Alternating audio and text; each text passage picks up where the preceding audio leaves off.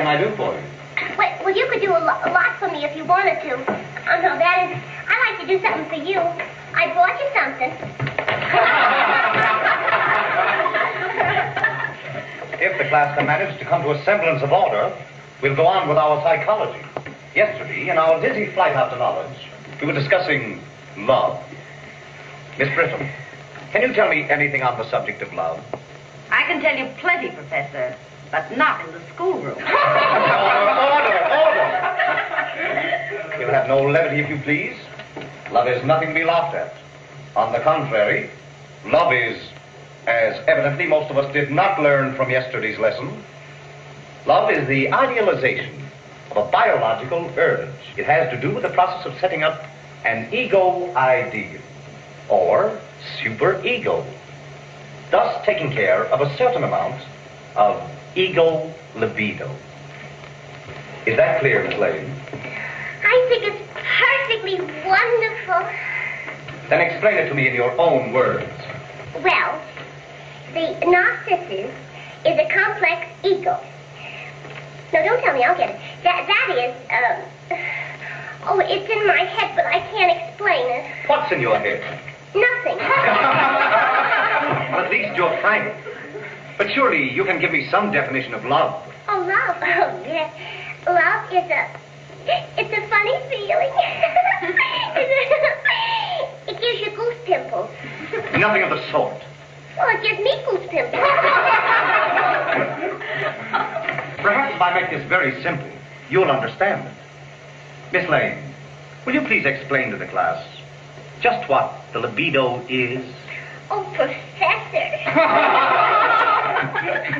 Miss Lane, you're not twins by any chance. I don't think so. I just wondered. It seems so impossible that any one person could be so dumb. Well, that's the way you feel about it. Sorry, I took your old psychology. Possibly you should have taken arsenic instead. Who teaches it? Miss Lane, I can't have you breaking up my class this way. Leave the room and never come back till you apologize.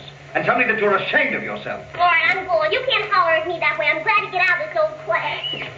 Anyway, I never did get a kick out of your old psychology. Well, if you got what you deserved, you'd get a kick. And I'd love to give it to you. In the psychology?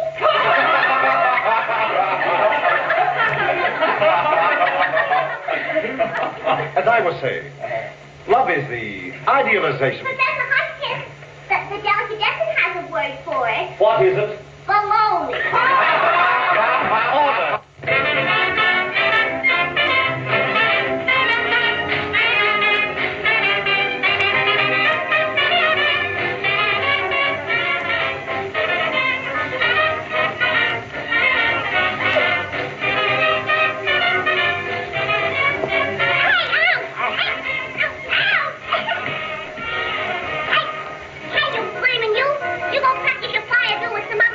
Oh, Helen, I don't see any reason why.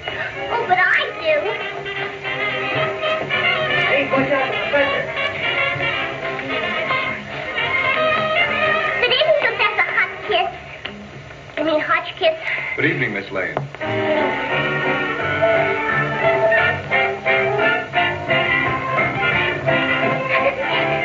Oh, fancy me bumping into you here. It's a small world after all, isn't it? Listen, Professor Hotchiss, I'm awful sorry for the way I acted in class that day. I apologize. That's all right, Helen. Oh, thank you. I'm gone now. Oh, but I just have to apologize. I'll be going. You think I better go now, huh? Well, not unless you want to, and I hope you don't. No, I don't. Sit down here, and let's talk about school and things.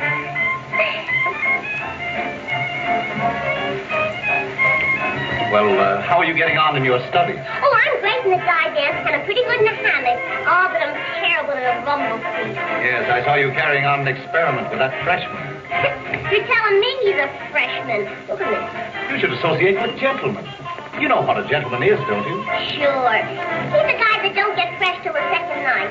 Oh, but really, Professor Hotchiss, I'm so sorry. What makes me so dumb? Well, just look at yourself in the mirror. Just look at that lovely face. Look at those beautiful eyes, those lips. What difference does it make if you haven't any brains? Oh, then you do like me. Like you. Why, Helen, well, I'm more than like you. Go on, Professor. Don't stop now, Professor. Oh, Go ahead. Oh, what's the use of being a professor and knowing all the big words when you don't know the right ones? Oh, why don't you forget you're a professor for a minute? That's human. Oh, but you do like me, even though you are too dumb to tell me. I think you're the greatest little girl in the world. Do you? Yeah, I'm glad, 'cause all my life I went along convinced that I was plain. I never thought much of my looks and much less of my brain. Then one day I found myself within your arms. And when I heard you rave about my charm, say I was so surprised for days and weeks I couldn't sleep. Just think that you who know so much could think so much of me. Once I used to doubt myself and I'd hide away indoors. Now my ideas about myself are just the same as yours. I love myself because you love me, and you ought to know.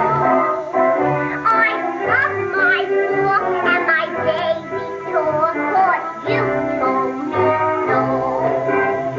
I used to think myself before an awful company, but if I'm good enough for you, then I'm good enough for me. Oh, it's plain to see that you think of me both night and day through. Why, I also find myself on my mind. I learned it from you. Now, I place no one above myself. Say, I think the whole world of myself. Oh, I love myself because you love me. I love myself because you love me, and you ought to know. I hold my hand and I think I'm grand, 'cause you told me so. You say I'm just as wonderful as anyone can be. You made me realize how much I really mean to me. You say that I'm wonderful, and I agree to all that you say. And that's the reason I go for me in such a big way.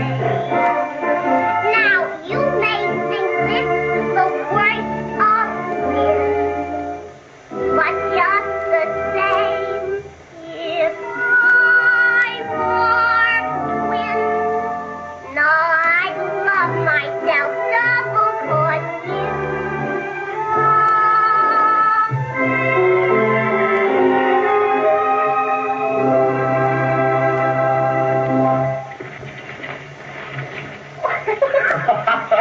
Oh, gee, this is swell. Now we made up. We're friends again. But I don't want to be your friend. I want to be your husband. Oh, you just want to make up temporarily, huh? You know, darling, it's always been my ambition to be the father of 6 sons, all boys. Yeah, we'll have 6 boys, all right. But 5 of them will be adopted. Gee, it'd be great to be the bouncing father of a proud baby.